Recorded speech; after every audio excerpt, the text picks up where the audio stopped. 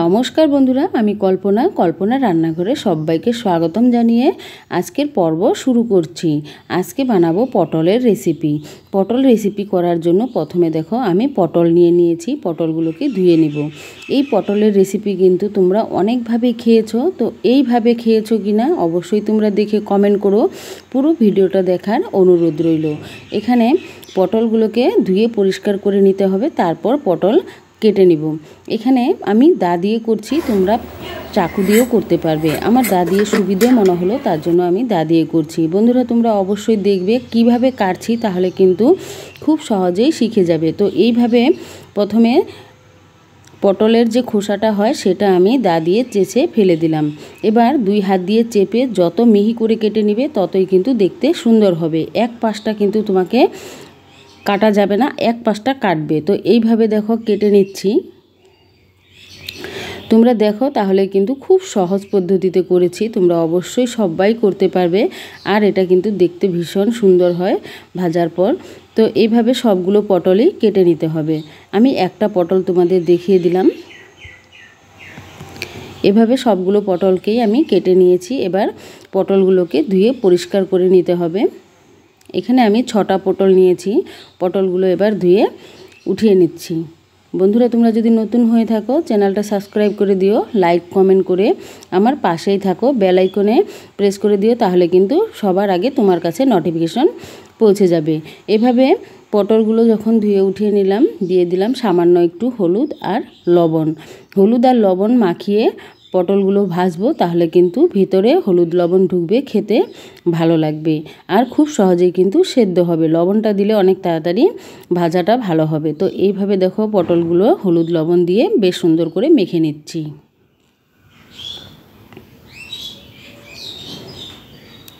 মাখা হয়ে গিয়েছে। কড়াই বসিয়ে দিলাম, কড়াইয়ের মধ্যে দিয়ে দিব তেল।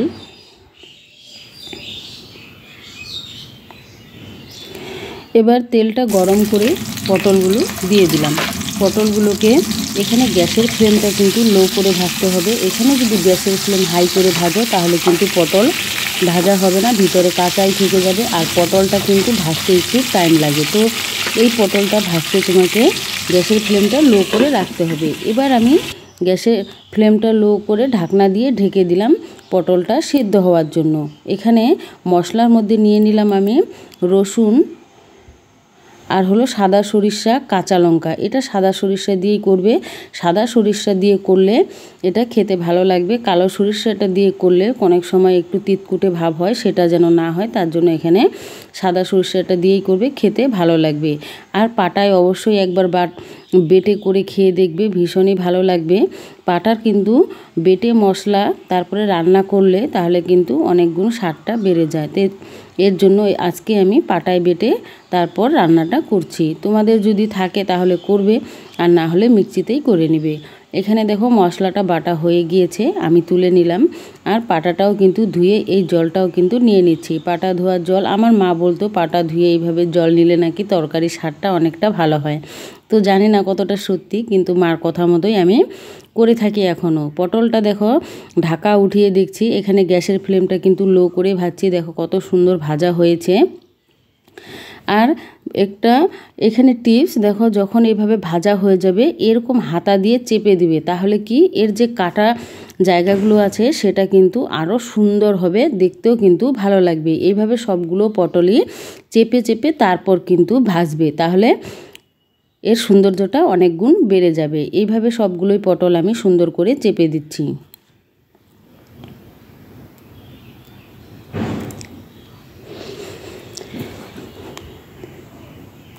পটলগুলো ভাজা হয়ে গেছে, এবার তুলে নিচ্ছি।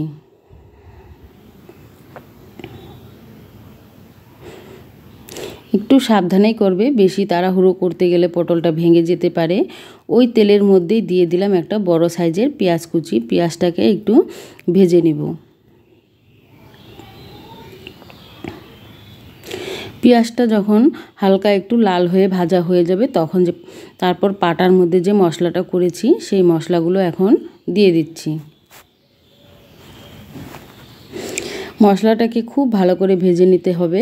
এর মধ্যে আমি দিয়ে দিলাম হলুদ গুঁড়ো, লঙ্কার গুঁড়ো, দিয়ে বেশ ভালো করে নেড়েচেড়ে ভেজে নিতে হবে। এবার দিয়ে দিব পরিমাণ মতো লবণ।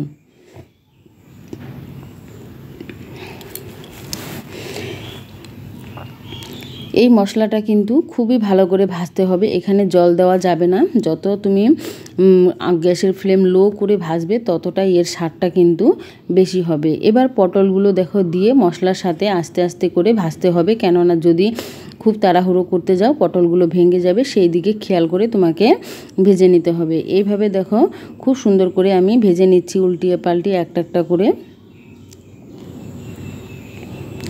এই পটল ভাজা গরম ভাতের সাথে কিন্তু ভীষণই ভালো লাগবে। তোমাদের যদি ভালো লাগে তাহলে লাইক কমেন্ট শেয়ার করে দিও, আর কমেন্টে জানিও তোমাদের এই রেসিপিটা কেমন লাগলো। আর অবশ্যই একবার বাড়িতে ট্রাই করে দেখো, খেতে কিন্তু খুবই সুস্বাদু হয় আর দেখতেও কিন্তু অসাধারণ।